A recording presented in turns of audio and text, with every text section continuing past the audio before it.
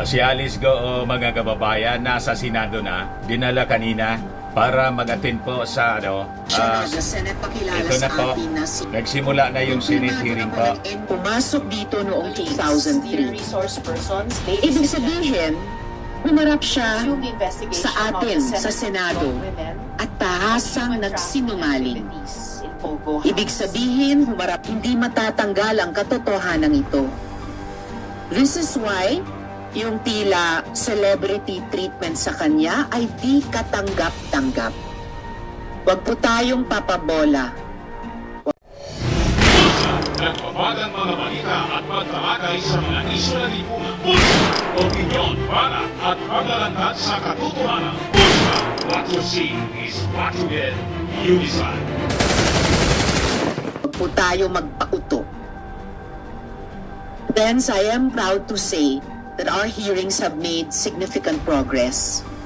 Maliban sa proklamasyon ng presidente sa pag-ban ng POGO, naiuwi na din sa Pilipinas si Alice Go para harapin ang mga naiwan nating mga tanong para sa kanya. Sa gitna ng malawakang public interest sa tinatawag nilang Senate Flix na ito, huwag nating kalimutan na ang pangunahin nating layunin ay ang pagpapaganda ng ating mga batas at polisiya. Nakikita na natin ang mga gaps sa ating mga polisiya sa birth registration, border control, cyber fraud at iba pa. We need to make sure our hearings achieve this purpose. Otherwise, all our efforts will be for naught. Hindi ko na po ito patatagalin pa. I will ask my colleagues if they have opening statements, at pagkatapos niyan, we'll ask the COMSEC to recognize the resource persons and administer the oath to those here for the first time. Para po sa maalwan na daloy ng pagdinig na ito and to give everyone a chance to ask questions. After the chair, we will limit po the questions to 15 minutes per senator. Tapos, ay tignan natin kung pwede tayong mag-round 2. In order of arrival po tayo, ito po ang sequence. Pagkatapos ng chair, CSP Pro Tempore Sen Jinggoy, Senate Minority Leader Sen Coco, Senator Joel, Senator Bato Odoroy de la Rosa, Senator JV, Senator Sherwin, Senator Rafi. So dear colleagues, mayroon bang may opening statement sa atin? Yes, SP Pro Temp Thank you, Madam Jinggoy, Chair. and then, yes. Before I proceed with my opening statement, may I request Ms. Alice Go to remove her face mask kung totoo siya talaga si Alice Go. Please remove your mask, Ms. Go. Siya nga. Yes. Good morning, SP Madam Pro Temp. Chair, and to our esteemed colleagues. Ms. Alice Go, kumusta ka na? Kumusta ang pagbabalik Pilipinas mo? Ms. Alice, I told you to remove your face mask all throughout the keep hearing. it removed. Magandang umaga po, Sen. Okay naman po. Okay. Marami ka litrato, naka-peace sign ka pa and all smiles kasama ang mga tauhan ng NBI at mga BI at tiga Bureau of Immigration. Nakakadismaya to at napaka-unprofessional. Bigyan nyo naman ng dignidad ang inyong mga trabaho. Alice Go, sino ka ba talaga? Alam na namin lahat through the hearings conducted by this committee na hindi ka Pilipino. Hindi totoong lumaki ka sa farm, hindi totoo si Teacher Rubilin, hindi rin totoo na simpleng mamamayan ka lang. Puro kasinungalingan ang istorya na isinuwalat mo dito sa Senado at sa publiko. At the two Senate hearings that you were present, and you were under oath, but you fearlessly fabricated stories and fed the Filipinos a pack of lies. And in stark contrast to the purported image that you grew up in a farm and was only involved in hog and poultry raising, some 28 billion flowed through your bank accounts despite your companies earning meager income. Gaano ba kalawak ang kanilang operasyon? At ano ang intensyon niya na pati pagiging mayor ay kailangan niyang pasukin? She openly mocked our government processes, disrespected our electoral system, and insulted every Filipino by believing she could run for mayor, win, and never be caught.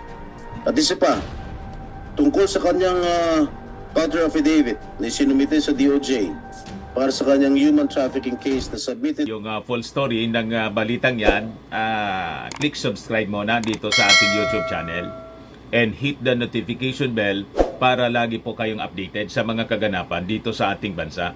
Like and share na rin po ninyo ang ating video. At huwag na rin po ninyo na skip yung ating mga commercial ads para tuloy-tuloy lang ang pag-unlad ng Bagong Pilipinas. Sa mga nagana po ng malinis and spacious fitness gym, pumunta lang po kayo sa aming Colossal Fitness Gym. We also offer Grab Car Rental with our brand new 2023 model ng Toyota Innova. We also accept booking for those who are planning to travel via PAL, Cebu Pacific, and other airline companies, local and international, and bills payment for Meralco Bills, Aleco Bills, PLDT, etc.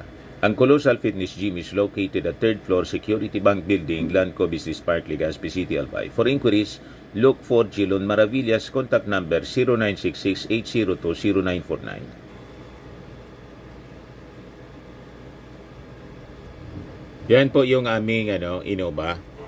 Lagi na pong matao sa amin.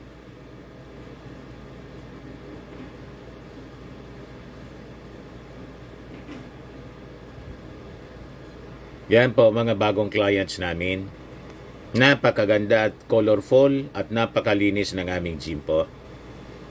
Pati mga foreigners po pumupunta sa amin, mga British tourist po sila dito sa Legazpi. Na-set up na rin po yung aming mga brand new gym equipment.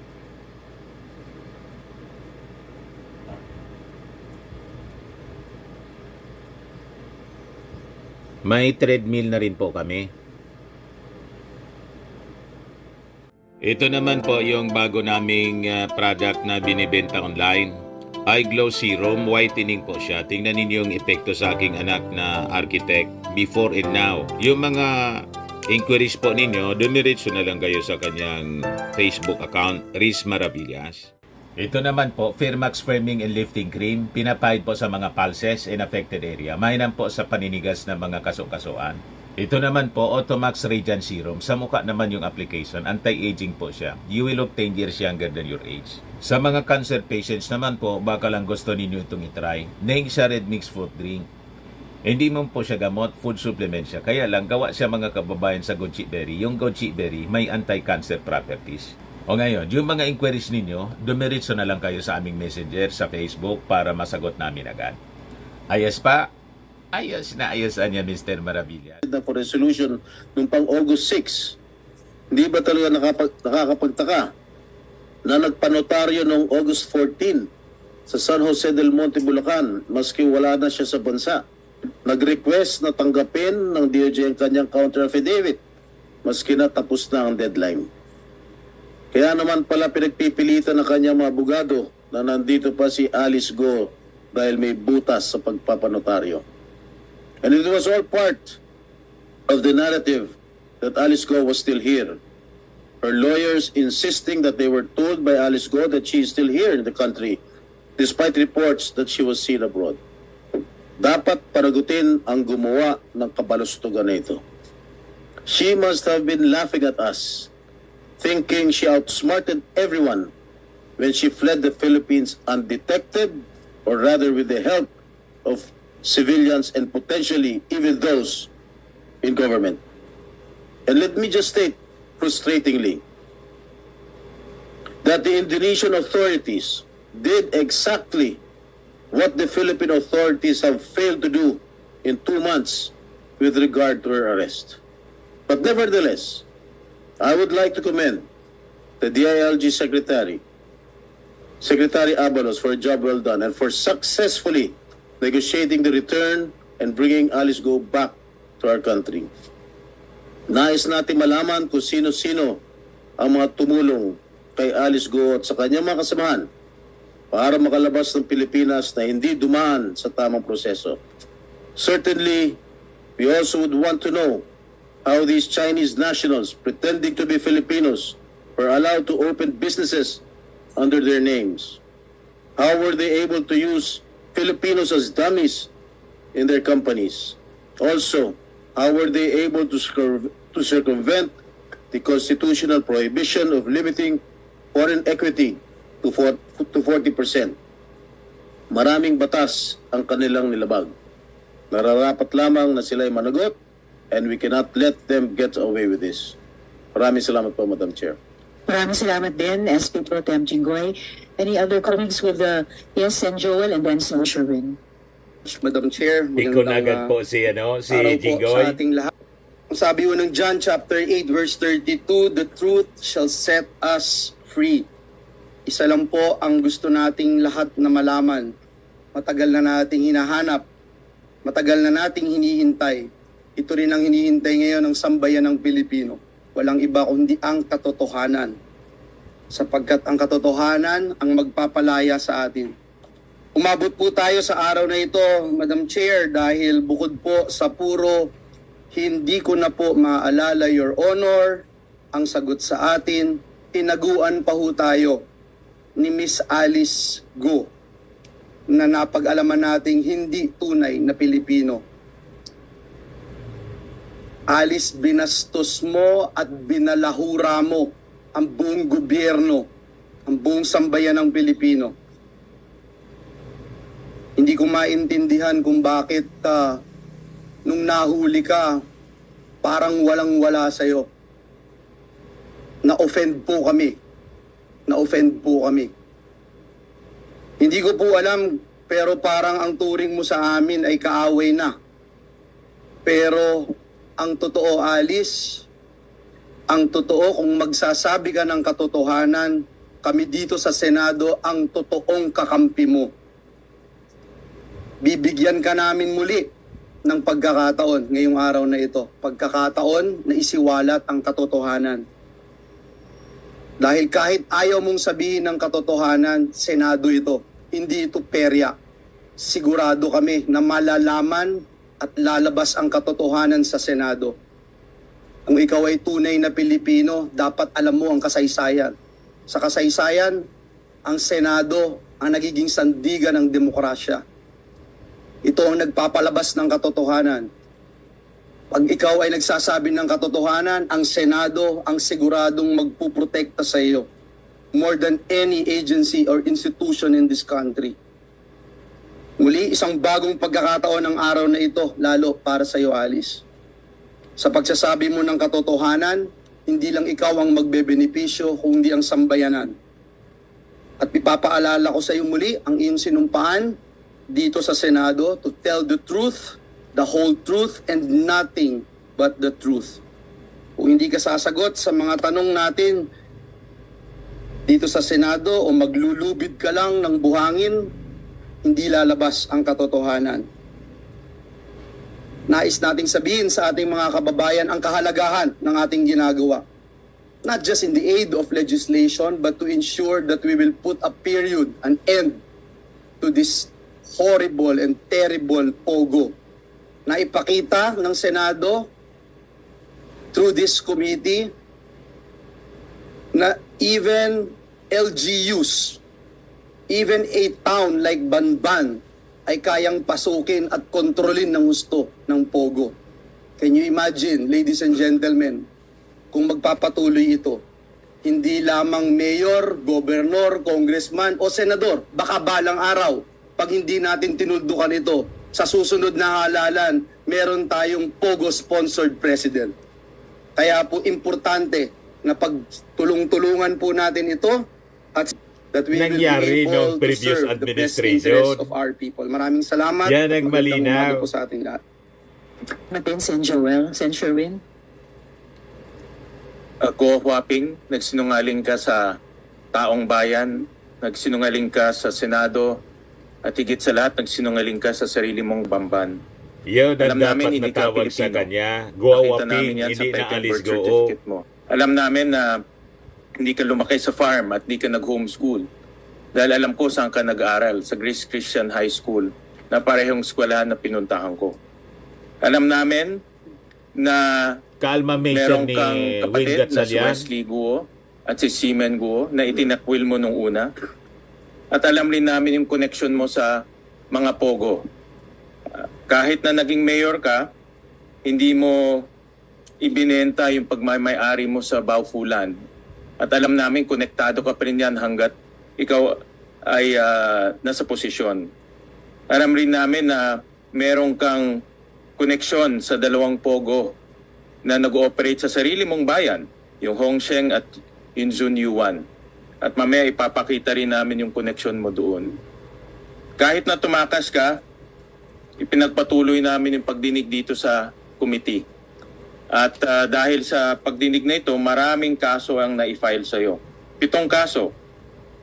Graft and corruption case ng Ombudsman, human trafficking case ng DOJ, co-warranto case ng Solgen, tax evasion case ng BIR, money laundering case ng AMLAC, pagkansela ng birth certificate mo ng Solgen, at meron ring election code offense ng COMELEC. Ito na siguro ang tingin ko isa sa pinaka malalim at malalang criminal activity na nakita natin sa buong kasaysayan natin. Sa isang tao, halos 7 kaso ang isinampa sa iyo.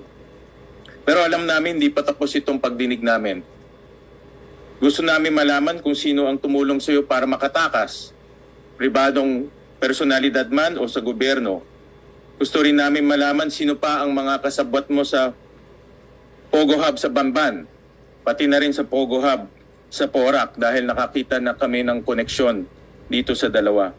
At gusto rin namin malaman kung sino-sino pa yung mga personalidad na tumulong sa iyo para mabuo itong mga Pogo Hub sa ating bansa. Sa gobyerno man o sa pribado. Importante na makasuhan sila at importante rin na panugutin sila. Kaya mahalaga itong hearing na ito at mahalaga na marinig namin sa iyo mismo kung sino-sino itong mga taong tumulong sa iyo para magdala ng krimen dito sa ating minamahal na bansa. Thank you very much, Madam Chairperson. Thank you very much also, Sen. Sherwin. Meron pa ba opening statements? Sen. JV and then Sen. Rafi. Madam Chair, morning po. Anyway, sa umagang ito, sabi ko nga noon, satisfied naman ako and I'd like to congratulate again the Chair and the committee for ably handling this issue. Pero sa 3 bagay lang po, Madam Chair, no? Ang importante, unang-una, gusto natin malaman, sino ba talay Relax ng na, mga relax si boses, Alice no, Go. in this web criminal syndicate na pumasok dito sa ating bansa. At sana po yan ay sabihin po ni Ms. Go ngayong maga. Pangalawa, sino, muli, nabanggit na, sino mga tumulong na pribado man o nasa gobyerno para siya po ay tumakas dahil hindi na po pwedeng maulit ito na tayo po ay binabastos sa sariling bansa, nakatulong ang ilang mga nasa ahensya na ating pamalan. At panghuli, ay pangatlo po ay Madam Chair, sino po ang tumulong kay Ms. Go na makapasok sa larangan ng politika hanggang siya po ay maging mayor? Yun. Baka mamaya po ay marami na humpain Yung ang mga Chinese enablers. Communist Party, ang CCP. Dahil po sa ating dispute, mamaya sa iba't ibang lugar ay nakapasok na rin po pa sila. So yung 3 bagay lang po ngayong umaga, alam ko po ay marami pa akong magtatanong, pero sana po ay masagot po ito ni Ms. Go sa umagang to. Maraming salamat.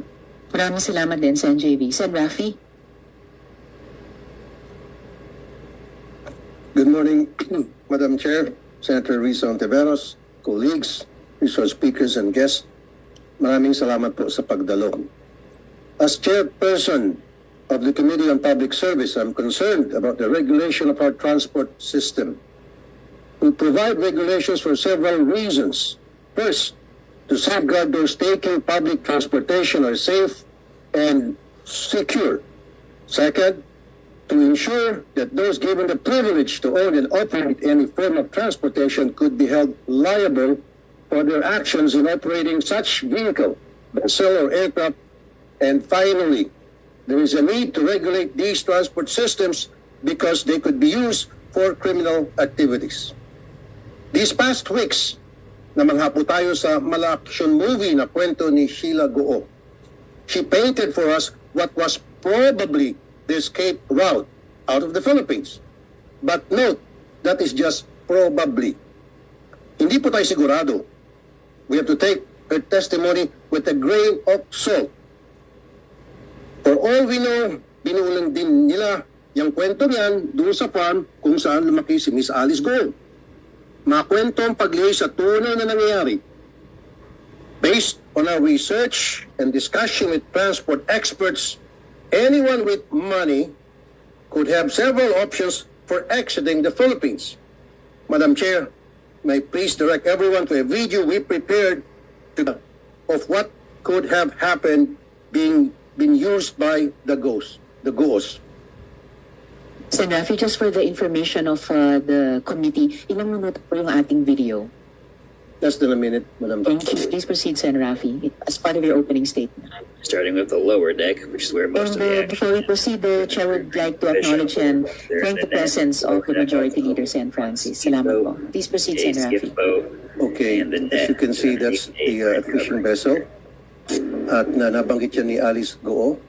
Starting with the lower deck, During which is where one of most the of the hearings, action happened. Sheila Goo, May video yung pinapakita Na sumakay si sila sa maliit Senator Rafi Tolfo. kulay puti, and then nag-transfer sa isang fishing vessel. So maaring ganun yung ginamit na roll, yung video. And then papakita po natin kung papaano na hindi na niya kailangan pang sumampa from boat to boat dahil sinek din po namin from July 1 to July 20 yung route na binanggit ni Sheila Goo ay medyo rough ang dagat, medyo maalon, habagat, kaya imposibleng basta-basta na lamang sila makapagsampa without the aid of that fishing vessel that I showed. Wala ba tayong moving? Mabilis lang.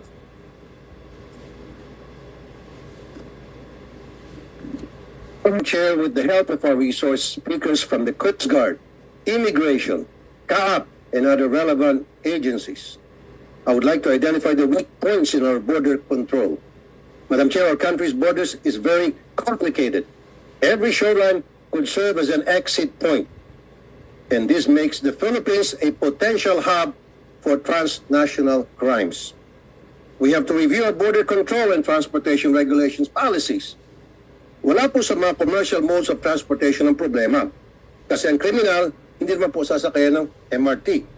Usually sarili niyang motorsiklo or heavily tainted na van. Ganon din po sa sea and air transport. Ang kriminal na may pera ay may ibang paraan ng paglalakbay. On another matter, Madam Chair, I would like also for us to look into the process and protocol in extracting fugitives in our country. This is not our first fugitive extraction. We have undergone this process before. But what was the reason why there seemed to be a different protocol with Alice Goo's extraction? Yusek Raul Vasquez said that it was just an immigration-to-immigration issue. Si Alice Goo, tulad ni Sheila Goo at Cassandra Ong, ay hinuli ng Indonesian authorities dahil sa immigration violation.